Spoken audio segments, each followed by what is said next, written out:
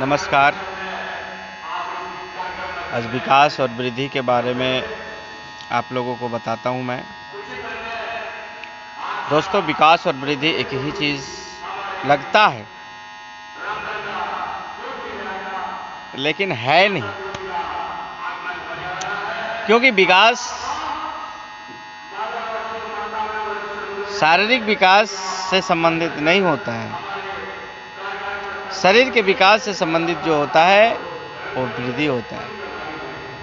विकास किससे संबंधित होता है भाई? विकास हमारा मस्तिष्क से संबंधित होता है। विकास हमारा व्यवहार, ज्ञान, अनुभव, जिस तरह से इंसान धीरे धीरे समय के हिसाब से पढ़कर, लिखकर, समाज में रहकर अनुभव को प्राप्त करता है, यही तो विकास है। लेकिन बचपन से लेकर के हम 1 ग्राम, 100 ग्राम, 100 ग्राम से 1 किलो, 1 किलो से 60 किलो, 60 किलो से 120 किलो होते हैं।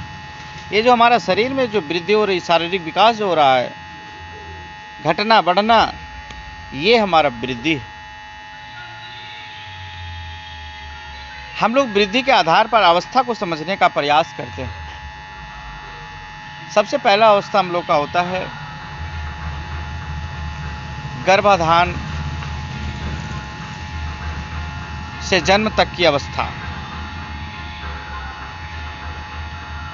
और जन्म से 5 साल तक की अवस्था जो होता है वो शैशव अवस्था होता है, जिसमें बच्चे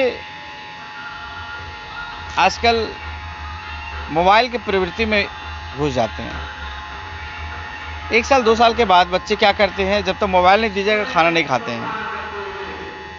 वो हर उस चीज़ को करना चाहते हैं जो हम लोग बड़े लोग करते हैं, उनका कॉपी करना।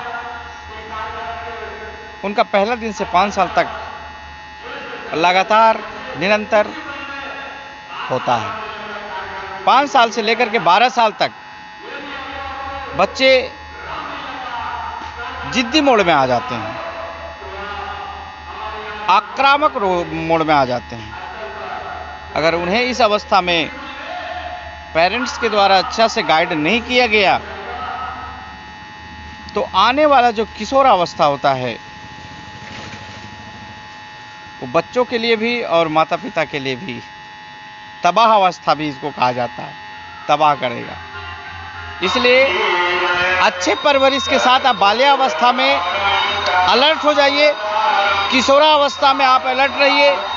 उसके बाद की अवस्था जो होती है 18 से 25 साल तक, युवा अवस्था, आप एकदम निश्चिंत हो जाइए। और 25 से लेकर के 55 साल का जो अवस्था होता है, प्रौढ़ावस्था, ये अवस्था लोगों का घर गृहस्थी संभालने में चला जाता है। पैसा कमाना, बच्चों को पढ़ाना लिखाना, विवाह करना, बच्चों का विवाह करना, इन सारे चीज़ों में इतना व्यस्त और बिजी हो जाता है कि ये प्रौढ़ावस्था कब पता चल जाता है, कब बाल पक जाता है, किसी को पता नहीं चल पाता है। और 55 से लेकर के मृत्यु तक हमारा प्रौढ़ावस्था के बाद जो अवस्था होता है वो वृद्धावस्था कहलाता है। और यह वृद्धावस्था में लोग बहुत तरह से समस्या में, जिस तरह से बाल्यावस्था और शैशव अवस्था था, मजेदार अवस्था, उसी तरह से ये वृद्धावस्था जो है वो सजेदार अवस्था मजेदार नहीं, सजादार अवस्था हो जाता है। बीमारी से लोग जूझता है, शरीर में ताकत नहीं रहता है, डंडा का सहारा लेना पड़ता है, और राम राम करके हम लोग भगवान के शरण में जाना पसंद करते हैं। ये वृद्धावस्था होता है। इस तरह से हम लोग सारे अवस्थाओं को समझते हैं और समझने का ज्ञान हम लोगों के अंदर होना चाहिए। तभी तो किसी को बता सकते हैं कि कौन सा अवस्था में क्या क्या होता है, कौन सा अवस्था में किसको किस तरह से कार्य करना है, कौन सा अवस्था में किस पर कैसा ध्यान देना है। इन सारे चीज़ों को हम पेरेंट्स को जानना होगा। और ख़ास करके जो बाल्यावस्था और किशोरावस्था है, यही दो अवस्था मनुष्य के जीवन को, मनुष्य के भविष्य को तय करता है। धन्यवाद।